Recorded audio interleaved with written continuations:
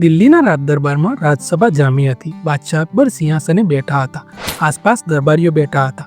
સભામાં એક વૃદ્ધ માણસ આવ્યો, સાથે યુવાન પણ હતો. બાદશાહને કુર્નિશ બજાવી અને કહ્યું, અમને ન્યાય આપો. યુવાન બોલ્યો. રાજાના કુંવર જેવું રૂપ હતું, આંખમાં તેજ હતું. સામેથી જવાબ મળ્યો, બોલો ભાઈ, કઈ વાતનો ન્યાય? વૃદ્ધે વાત શરૂ કરી. આ યુવાન છે તે મારા મિત્રનો પુત્ર છે. બાદશાહ સાંભળતા હતા. મારા મિત્ર મૃત્યુ પામ્યા છે. તેના પુત્રને મેં ભણાવી ગણાવી મોટો કર્યો, પોતાના દીકરાની જેમ સાચવ્યો. અકબર બોલ્યા, સરસ, તમે એક મિત્રની ફરજ બજાવી. વૃદ્ધે આગળ કહ્યું, મિત્રે મરતા સમયે 10,000 સોના મહોરો આપી છે અને લેખ કર્યો છે કે તેનો પુત્ર મોટો થાય 20 વર્ષનો, ત્યારે આ સોના મહોર છે તેમાંથી હું ઈચ્છું તે યુવાનને આપો. બાદશાહ બોલ્યા, તમે કેટલી સોના મહોર આપી? હું તેને 1,000 સોના મહોર આપું છું. આ યુવાન લેવાની ના પાડે છે. એને તો બધી સોના મહોર લેવી છે, તેથી મને અહીં લાવ્યો છે.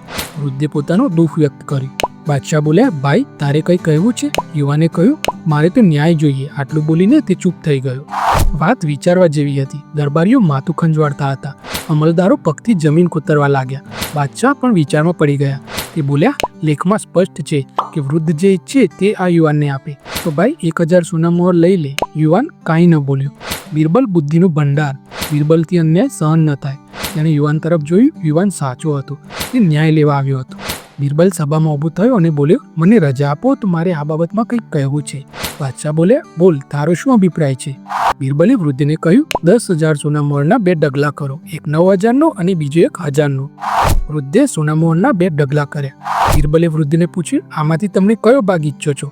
વૃદ્ધે 9,000ના સોના મહોર પર હાથ મૂક્યો. બિરબલ ખુશ થયા અને બોલ્યા, નામદાર, આ 9,000 સોના મહોર યુવાનને આપો. બાદશાહ બોલ્યા, કેમ?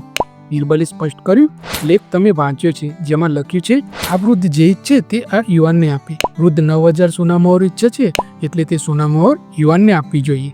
બિરબલની હોશિયારી જોઈને બાદશાહ ખુશ થયા. બિરબલને ઇનામ આપ્યું.